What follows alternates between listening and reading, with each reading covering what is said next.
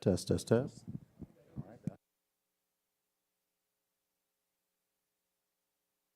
Test, test.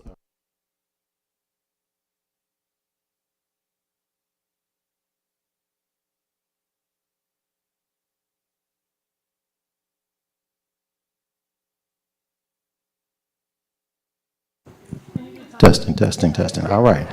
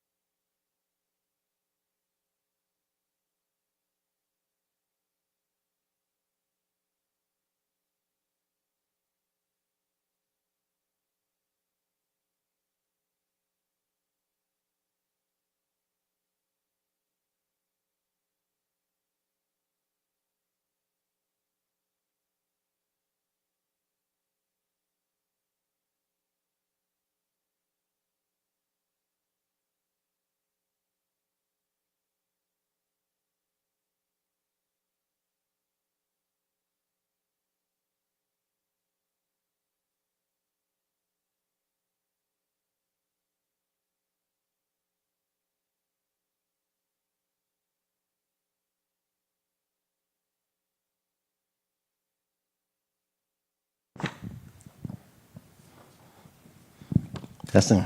Well, good morning, everyone. Good. I feel like a classroom teacher. You know, everyone responded appropriately. If you are looking for the Complete College America 15 years of movement building and institutional transformation,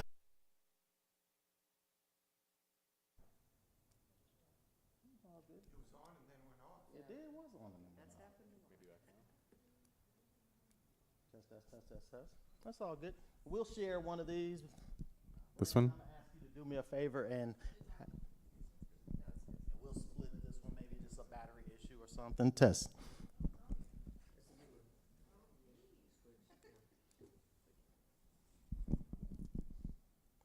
We'll figure this out. We at Complete College America, we're adept at kind of making changes in a swift way. But my name is Dhanfu Elston. I am the Senior Vice President for Strategy and Chief of Staff at CCA, and I am honored to be the moderator for this very short, kind of 40-minute conversation about Complete College America. You know, 15 years into the game seems, it actually just seems extremely surprising to me. Test, all right, thank you. It's surprising to me. I've been at CCA for 10 years, and just kind of a point of personal privilege, I turned down our founder, Stan Jones, 2 times when he asked me to join the CCA team. To be honest with you, I just did not have the slightest idea what it would mean moving from a campus practitioner, you know, where I really wanted to kind of touch students and touch our campus, to this larger movement building work that was going on. And I picked up the phone, actually I went online, and I found a contact information for Raymond, who had recently transitioned from her role at Complete College America. She did not know me at all, but she was willing to take a conversation with me, and she shared, I think, some of the most, and you probably may not remember that call, but she talked about just the importance of this work and how the people at Complete College America were committed to a mission of transforming our country. And at that point, I was like, I've got to take this job. And so I have since had a chance to connect with colleagues, both Keith and Cheryl, and their bios are online and their titles are up on the screen, so I'm not going to spend a whole lot of time introducing them, but they were previous staff members of Complete College America, and Barbara Dameron has been a part of Complete College America since I've joined the organization almost 10 years ago. So we've been connected for almost a decade now. Barbara is currently, if I'm not mistaken, probably our longest standing board member. And so we thought that this would be a good opportunity to have a conversation. One of the most consistent questions that I get asked as a staff member of CCA is, like, how did somebody, how did the idea of a completion movement even become a thing? And how did, CCA's been involved in policy spaces, we've been involved with institutional work. And it's like, how did somebody put all of this stuff together? And all I could answer was what I knew based on my conversations with the founder, Stan Jones. But as you always know, there is a story behind the story. And these are the individuals who have seen the organization across the 15-year trajectory. They know where the bodies are buried. They know the initial kind of work that it took to make this the movement that it is today. And so today is just a really casual conversation amongst friends. And so what I hope we will be able to do is just talk a little bit about the founding of CCA and how we got to where we are today. So that sound like a plan? Good. So I'm going to start off with you, Cheryl. I mean, I don't even know how I can even start this conversation without, talking to somebody who was right there at the very beginning. Talk to us a little bit about the founding of the organization. I mean, what were you attempting to do? Well, and did you expect it to be what it is today? Well, you told me that you were going to ask me this question, and when I was preparing, I was exhausted. I mean, all of the things that I forgot that we did, it was exhausting. But if you'll bear with me for a minute, I'm so excited that you're here in Indiana doing this, because this is where this started. And it didn't start just with an idea and we went off and did it. It really started in the 90s in Indiana. We were manufacturing and agriculture. Our kids were not going to college. We knew things were changing. We had to change. We were fortunate to have legislators that cared about education, primarily Stan Jones. He was in the legislature. He cared. We got too busy on things that would matter, like a college prep curriculum called Core 40. One of the best things that happened was that Stan Jones was defeated. He lost an election. That was great. I mean, it wasn't at the time for him, but he went off and he became the education advisor for Governor Bai. And in that capacity, he also dug deep. He loved data. If you knew Stan, he was a data geek. He loved to obsess over that. We worked on a lot of things that sent kids to college, and we turned that corner. So we were sending kids to college.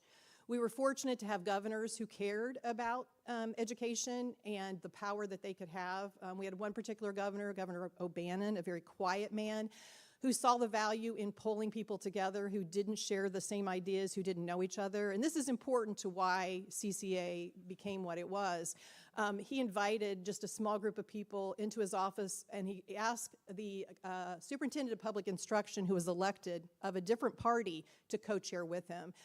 He thought we were stronger together, and it was much more important to talk about difficult issues together. So it was very humbling. I mean, he and I moved tables around in his office for 13 people to sit, and I don't know many governors that would do that. That grew for about 11 years. We focused on that, and Stan was a big, important part of that, because he understood the makeup of who you need to actually work together to make change. And so the makeup of that roundtable was important. We wrote a P16 plan. We looked at each part of the education system. What are others doing? What are we learning from others that we're not? We did not have a community college in Indiana. We were one of only 7 states. In 1998, we actually did a shotgun wedding between 2 institutions and thought they could work together to create one. We have one now. It was very painful, but Stan was, looking at what are we missing, and through this, uncovering through data, what's going on. So it was humbling to also know that we'd worked really hard on sending kids to college. Stan helped create a 21st Century Scholars initiative, which was to close attainment gaps. But when we looked at data, students were dropping out. They weren't completing, and that was very humbling. And when we turned to higher ed, so Stan, he was appointed our 5th commissioner of higher education. And over on the higher ed side, looking deep at data. In Indiana at the time, the commission didn't have a lot of statutory authority. I mean, today I think they have a lot more. We had the ability to, the budget, which is a big chunk of change in Indiana, and the ability to call the question. And so when we called this question about completion, higher ed was very defensive, and they pointed the finger at K-12. If only you'd send us students that were more prepared. And so again, Stan, the data geek, we dug deeper. We looked at ACT, SAT, IB, IAP, whatever indicators, and it wasn't true on the higher ed side. No matter what students we sent, they weren't completing. And so that was important to figure out, okay, that's not it. And so he really got committed to, we need to work on the side of the house that is, when you enter higher ed, the promise that we make a student and what we do with them then. There were a lot of people working in the K-12 space. We were one of the first states to work with Achieve. Anybody in here work with Achieve? It's an important part of Complete College America because through that experience, we also saw the benefit of having somebody from the outside come in and help us understand what we need to do. Even if we already knew what we needed to do, we needed somebody else to tell us that. And it was a collaborative, state-led, so we learned a lot from each of these things. And so Stan worked for many governors. I worked through 4, and he was ready to do something different. We wrote a strategic plan for higher ed and did many things on the higher ed side, still nagging at this issue of we're sending students and they're not progressing and they're not finishing. And so another good thing happened to Stan. He wanted a job that he didn't get. And he was defeated, but it didn't stop him because if you knew him, he sat around and he obsessed over issues and he asked you questions and he called you, and there were no boundaries here. I mean, it could be any time of night, any day, and just looking for answers and seeing what you were doing and finding, just relentless. And one of the people that he did this with was Hillary Pennington. And if you know Hillary, Jobs? She was at Jobs for the Future. Yeah, she was Jobs for the Future, but getting ready to move to Then she went to Gates. Okay, sorry. There's a lot that's happened since then. But in that conversation, she said, Stan, if you were to do this beyond Indiana, how would you do it? How would you work on this? And she said, put a concept paper together. And she knew that that Bill and Melinda Gates were chatting with Warren Buffett, and that there was some funding going to come over to Gates to focus on post-secondary education that had not been there before. So Stan and I and Jeff Stanley, if you know Jeff, in the dark of the night, secretively, we wrote a concept paper because we were working full-time at the Commission for Higher Education, so literally we did this in the middle of the night. And we put together all those pieces that we learned from. We knew, Stan was key on the fact that we are going to do a few things, and we're going to do them really well. We are not doing 101 things to improve this. We're going to focus on college completion. We are going to do it collaboratively.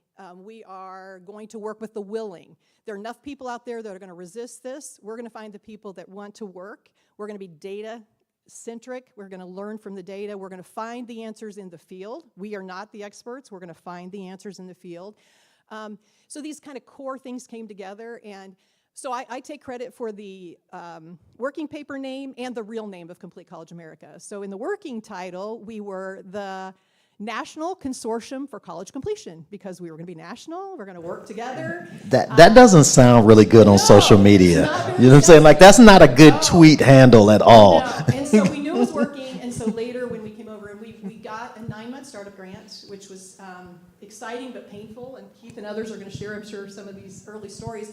But when we went through the naming process, the funders were adamant that we work with big marketing firms and, all this. And so in my history of all the projects that I worked on the state and national level, I learned that if you spend a lot of time explaining what you are, you waste a lot of time doing the work you need to do. So I was adamant on Complete College America.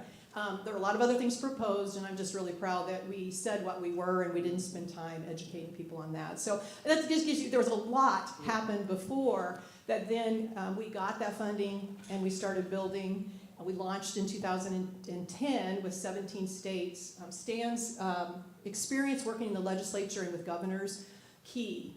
Our first state was Tennessee, and with the governor and legislator. So I know that's a lot more than you expected me to say, but that's important context because people ask the question all the time, and honestly, I've never had those particular answers. And so, you mentioned something about Stan just being voracious in like asking questions and thinking about things. So now this organization is created. And so I want to turn the floor over to Domi and Keith, because a lot of people don't know that CCA was originally in Washington, D.C. And so, you know, you knew there were other players in the space. And I think that, you know, one of the questions that people ask is about like, who were the partners? Who were the people who you sat down with as you decided, as this concept paper now exists and this organization is now here? What were you charged with doing? You know what I'm saying? How did you approach it? Was everything groundbreaking, or did you have a specific plan and knew where you wanted to go? And either one of you can jump in. Well, thank you, Cheryl. That's such a great walk down memory lane, and it is true that Stan was, I often say to my colleagues now, I went through the Stan Jones School of fill in the blank, school of how to get policy done, school of how to get people together, school of how to get things done. He was just an incredible strategist in terms of bringing people to the table and the clarity, which I try to carry through in my own life about that simplicity, that clarity of, and that was really what we were tasked with is as Cheryl, you said, we're not going to do the 101 things. He used to say that it's either got to be 3 or 5. That's it. People can only absorb, and he was so right. And so we were tasked with figuring out what are those things. And I think part of the power of that moment in time with the American Graduation Initiative in the Obama White House and the sort of burgeoning completion idea and completion movement was to integrate lots of sort of disparate things that were happening, like DevEd reform and sort of scheduling and performance funding. And there were these sort of things that were happening in the field that we had to look at and say, okay, but which ones have evidence? What do we know about what's working? And that was the great privilege that I was brought in to sort of help figure out at the direction of Cheryl and others in that original 5, in addition to setting up networking printers and turning on internet and I mean, it was a 24/7 job, and Saturday mornings I would go in and Stan would be sitting there at his computer listening to Zach Brown Band, and then he would do, Keith, get in here, and he would have some idea that he needed to play out. But and Cindy, who's in the audience, came in shortly after me, and our job was really to figure out the research and to go talk to smart people, and we had the benefit in the DC office of being down the hall from the folks at Ed Trust, and I would go sit in Jen Ingle, who was there at the Times office, or Mimi Voigt, who was there at the Times office, and they would like show me how to use iPads, right? Like they would say, well, here's the information you can get, here's what you can't get. That was sort of my boot camp of post-secondary data. And so it was really trying to pull together what eventually then became the game changers and to say, look, these are the things that we think are gonna move the needle. These are the things that we're gonna put our big bet on and put a stake in the ground on, and that all states are gonna have to do. And there's evidence behind them. And so that was really exciting because it was taking all these disparate things that, I mean, even DevEd at that point was, there was the Baltimore work, there was work in California with Katie Hearn, there were these pockets of really innovative practice that we could see across the country that were these sort of proof points, and saying, okay, let's learn from those folks and bring together what we think the best of the best is to set a platform for the baseline, right? What is it that states are gonna have to really commit to doing? And that was the first time, I think, where there was that sort of partly Stan's vision and Hillary's vision, but that sort of integrative, and it builds on the work that you had been doing in Indiana, but that kind of integrative framework for what became, I think, the sort of the pillars of the completion and became guided pathways and other things that we were continuing to work on, so. I just want to mention Cindy Mejia, as you mentioned. She's now at University of Houston. And really, I think in the first 6 months, there was like the 6 of us and others who, like, so Cheryl and Stan and others were April 2010, I think, and then some of us then came afterwards. And so just as Keith and Cindy were brought in to talk about research, there was this alliance of states, this coalition of the willing that Cheryl talks about. And my experience before joining CCA, I had worked in 2 SHIO offices in Annapolis, Maryland, and then also in Pennsylvania. Well, not their SHIO, but their PD. They now have a SHIO. Kate Shaw, yes, okay. They just opened a SHIO office for the first time. But prior to that, I was with Achieve with Mike Cohen and Matt Gandel and the rest. And really, this idea of bringing people together around existing work in a cohesive way is what I think was learned mostly from Achieve, as Cheryl said. And what I appreciated about Stan was he would, he could even have 2, 4, 6 pages, and all he would do is focus on that one sentence to sell something to a governor, to a SHIO, to a leader, to an institution, and would quickly identify a person and say, we need that person on this team to kind of make those things happen. So a great example would be, where data is concerned, it's always existed, right? But it's been informally talked about across the SHIOs and the like. And then he realized, like, through the power of the National Governors Association, who were already talking around data, why don't we go ahead and create a set of data, and we call them the common completion metrics. And what that did is it turned it from a wonky, data nerdy thing that we all love to something that was portable. Cheryl's like, she never loved it. But what you needed was something that was portable, right? Portable, that you don't need only credible messengers talking about it. Any audience could talk about it. And he excelled at that. He really worried a lot about it, though. I mean, I'm looking right here at Cheryl. Cheryl is the one that could get Stan to go from ready, set, to go.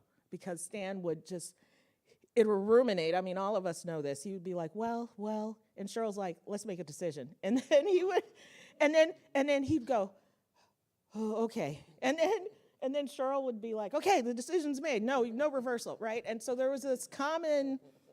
You only have 9 months. We got to get something done. You got to get something done. And what was cool is, for me, the win still exists. And the win for me exists when you hear people talk about pieces of work and don't mention CCA, right? So when you hear co-requisite remediation, I specifically remember when we were all together, and then Bruce Vandal and others were there, and as been laid out, it wasn't CCA creating things. It was CCA realizing what was already happening in the field and organizing it in a way that was palatable for all audiences, that you can pick it up and go. And I will never forget, and Cheryl, you probably don't even remember this. We were talking about DevEd, and Cheryl said, so it's really not a prereq, it's a co-req, right? I was like, holy smokes. So that I still hear that as I work at Lumina, to me really is quite effective. And this is really the final point. I will say, what has been really great about it is not only practitioners and SHIOs and states that are using it. To me, it is also this idea of that funders understood it and could make a, like when you're inside a foundation, you can make a case for action for it. So, like Tina Gridiron is here. When Tina was with Lumina, there was a lot of work around the MSI strategies. How could we tie it to CCA? So it wasn't, it was for all audiences. Wherever you were sitting, whatever CCA produced, that was something that you could then take on as a game changer, as a common completion metrics, as a board member, that it was a case for action that you could make from wherever you were sitting. Oh, thank you, Domi. That's really important context. And Cheryl, you said something that I want to kind of bring Barbara in on the conversation. So this idea of like creating an alliance. And, I too worked for Stan in my first, 2 years at CCA. And he was always asking, you talk about, like what are we doing? How do we move the needle? All these, Stanisms. But he would also ask, like, what's the lever for change? And so, to create an alliance and to think about governors as a starting point was really, I think, groundbreaking and unique. And so I'm interested, Barbara, as not only a board member currently, but you are a former SHIO from New Mexico. And so how did that kind of, like, what did you learn from that experience of CCA talking to you in your unique role that had policy implications, that has governmental implications? How did that idea resonate with you as a SHIO that might help the audience understand a little bit more about that kind of broader idea of using the state as the lever for change? This is coming on and off. I see as I hold it, it comes on and off. So yes, well, thanks for people being here, interested in history and how things start, and so excited to be here with the original folks here. So yeah, go back to 2015. I had been a cancer scientist and worked in the healthcare field, both as a practitioner and as an administrator. Let's get one that works, maybe. Yeah, thanks. And everything we did was measured. You know, I mean, everything we do for our patients is very measured. So I come in as the SHIO in 2015, and we have 31 roughly public higher education institutions in New Mexico, and they're quite independent. We're very decentralized, and our deputy secretary, Dr. Patricia Trujillo, is here as well, our current deputy secretary. As we were cabinet, the SHIOs in New Mexico are cabinet secretaries. I must have a bad touch. This keeps coming on and off. So I come in 2015, I'm curious, okay, what are we gonna do? Because we had a governor who was very interested in higher education, and all of our higher education institutions, not one had a graduation rate. And we're talking about graduation rate. Understand, first-time, full-time freshmen, not the majority of our students, but nonetheless, graduation rate, not one of our public higher education institutions had a graduation rate over 20%. At the 100%, at the 4-year level, not one. So I'm coming like, this is crazy. You know, we get lots of students in, but immediately I'm thinking, how are we getting students to the finish line with this? And everybody says, Complete College America. You need to talk to Complete College America. So I immediately reach out to Complete College America, meet Stan during that time, and the reforms we put in place at that time, and with the current administration is carrying to even better and higher levels, we could not have done without CCA. Let me be real clear. We could not have done them without CCA. We had many other partners, Education Commission for the States, WICHE, of which I'm chair. We had many other partners that we worked with in New Mexico, but nothing made the difference like CCA did. Because in comes Stan Jones, I could still see him coming to New Mexico, several others. Here's the data. Here's where you are. Here's help to see where we need it to be. I'm like, yes, somebody who understands we need data to drive our diagnosis and our treatment. You know, here's the problem we have in higher ed. Now, what are we going to actually do to get the patient, i.e. the students, sometimes the institutions themselves, to make some differences? So CCA was just right on board with that. We worked very closely together. So Stan was also had an eye to who he wanted to be on his board. I realized at the time I'm just working away day and night using everything that CCA has, pulling them out, had several forums where he invited many organizations, but CCA was always the standout organization because CCA came with the data, with the evidence, and the strategies about how to make that difference. Plenty others talked about it, knew there were issues, but nobody had the strategies. How are we going to get to completion with that? So I was working with Stan and many of his staff at that time.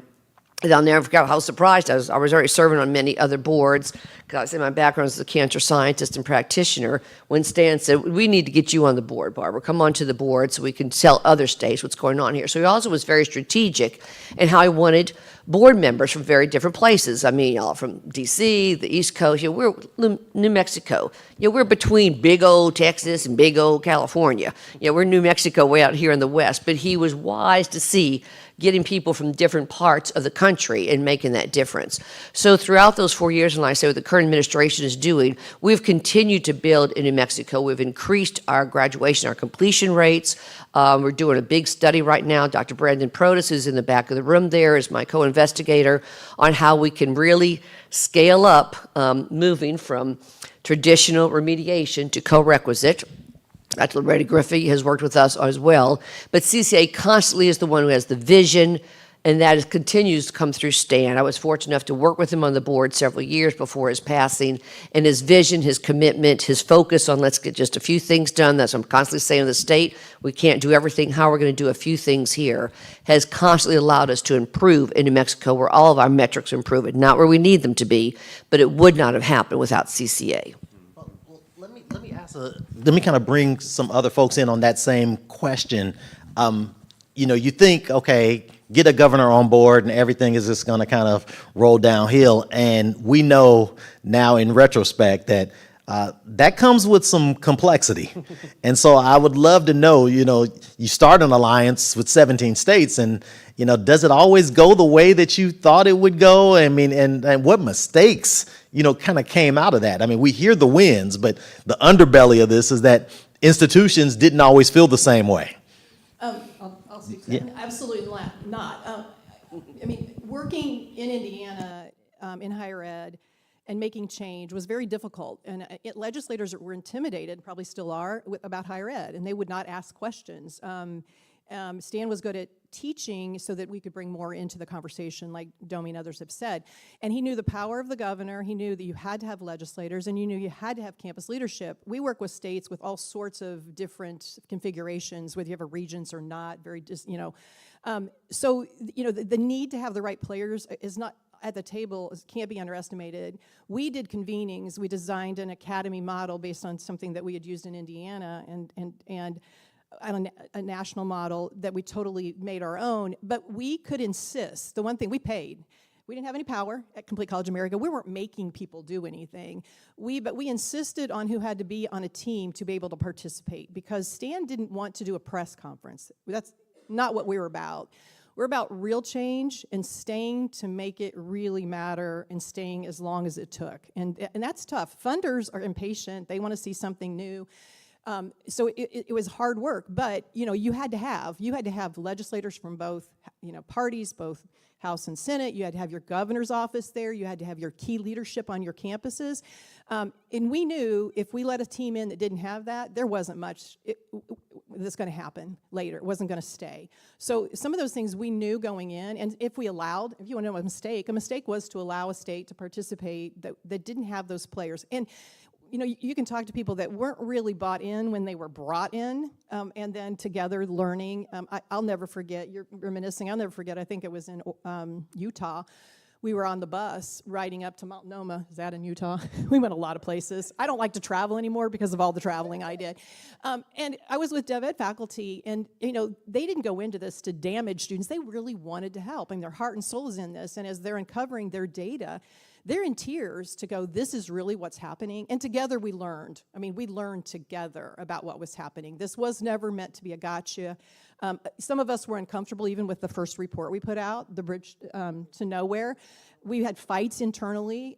We thought that felt too abrasive, but there was somebody on staff that said we needed to do it. You talk about mistakes. I thought about this on the way in, and I thought, as painful as some of that was, it was probably all necessary. So, we did say to ourselves, we're not going to be that. But that was important to get the attention, because what we were learning there about how many students we were losing was critical. And then to bring DevEd faculty into that conversation, they'd never been invited. They never really knew. They thought, something different. And so that was super powerful. And that still is. I don't know how you're doing your work today, but I'm hoping that it's deeper, because the vision at the beginning was never to make it a quick flash in the pan. We did fly into every state. We did do press events with governors and all the players just to kick off when a state joined, but it didn't stop there. It went much deeper. I want to mention Sydney Hacker, because I'd be remiss if I didn't. Yeah, sorry.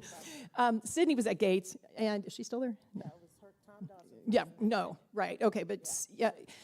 Sydney, both these people were key players, but Sydney was assigned, I think we were probably the first post-secondary project that they took on, and Sydney, was key.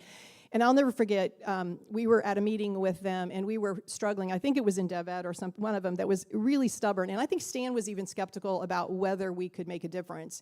And staff were like, we can, we will. And what she said is, she goes, that it's hard, but this is very hard. Do it, because even if you're working on the right thing. So that's so important to this day. It's not easy. It's not sexy. The real work to really get it done is hard. And so Sydney was just so important to all the work that continued with Gates. And I know Domi's going to come in. I'm going to ask a favor of our AV tech. I think we've got one battery that's out again. So go ahead, Domi. Keep it going. Thank you. I just want to also name what Stan was incredibly excelled at, besides data, was identifying people who were themselves influencers that could then push things forward. So an example would be, he was part of Achieve. I was in Maryland at the time. I had the pleasure, really the honor, of serving as a co-chair for a K-16 group we had. And it was led by Chancellor William Kerwin, Britt Kerwin, and also the SHIO, Karen Johnson-Shahid, who was my SHIO, and Nancy Grasmick, the state superintendent of schools, right?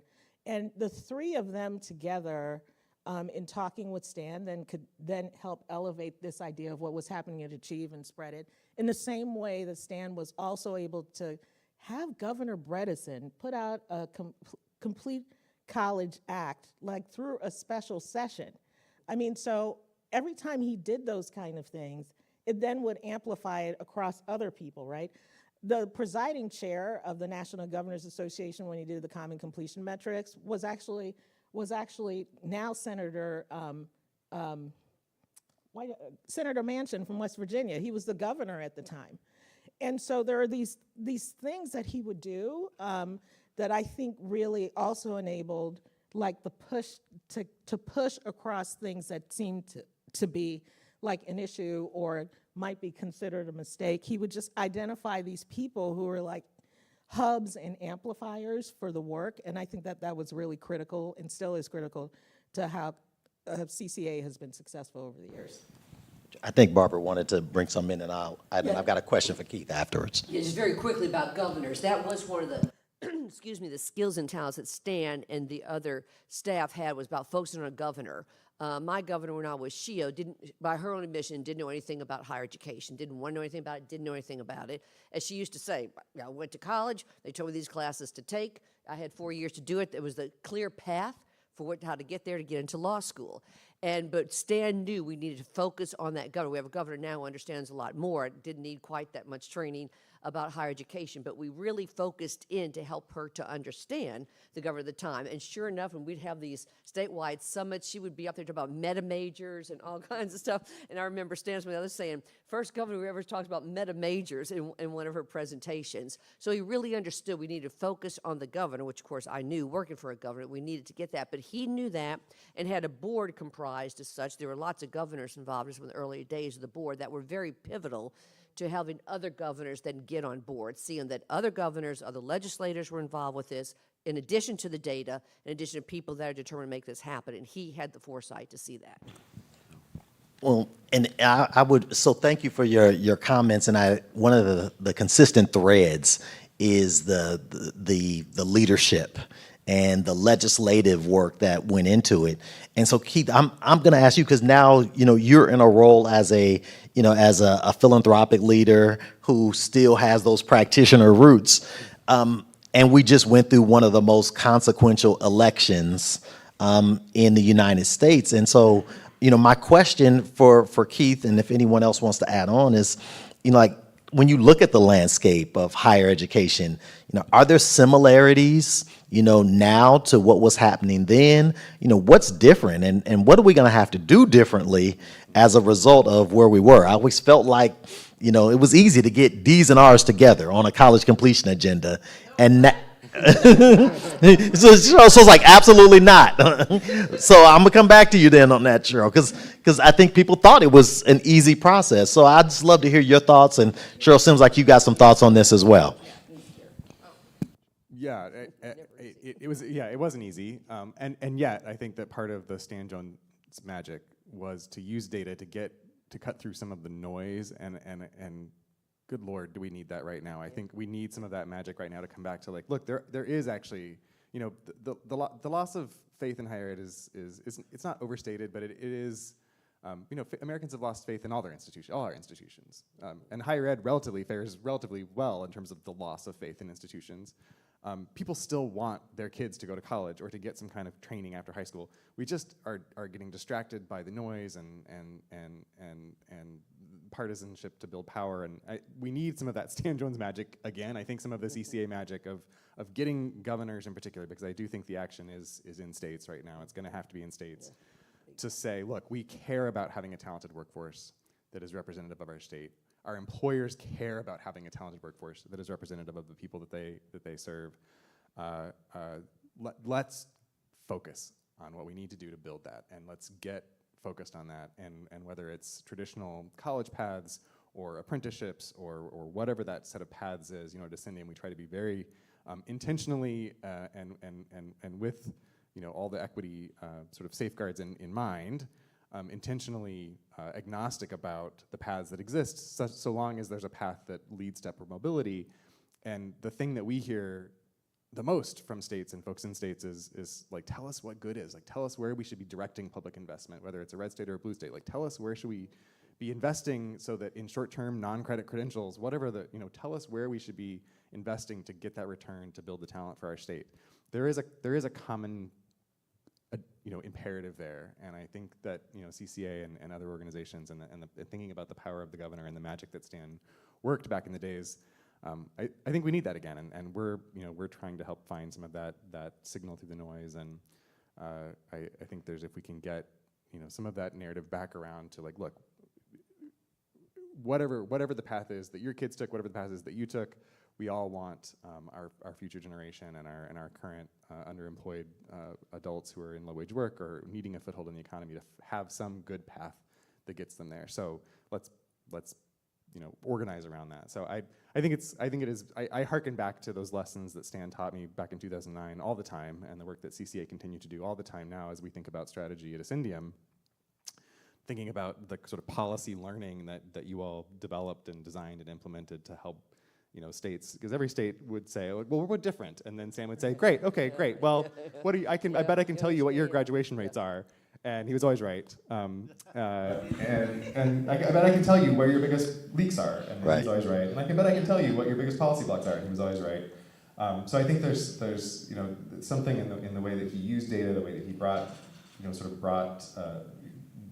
the attention of legislators, got the attention of to get around the politics to the main thing. That we just, we need to come back to those methodologies and come back to those. Sure. Seemed like you wanted to say something. When I said D's and R's, I want you to kind of chime in on that quick, because I know we've got only a couple minutes left, but I want to bring something back to the group after you share that I thought. don't have much to add. It's just we're better together. I mean, those core things: clear, concise, jargon-free. Do a few things. Do them really deeply. Do them well. You're better together.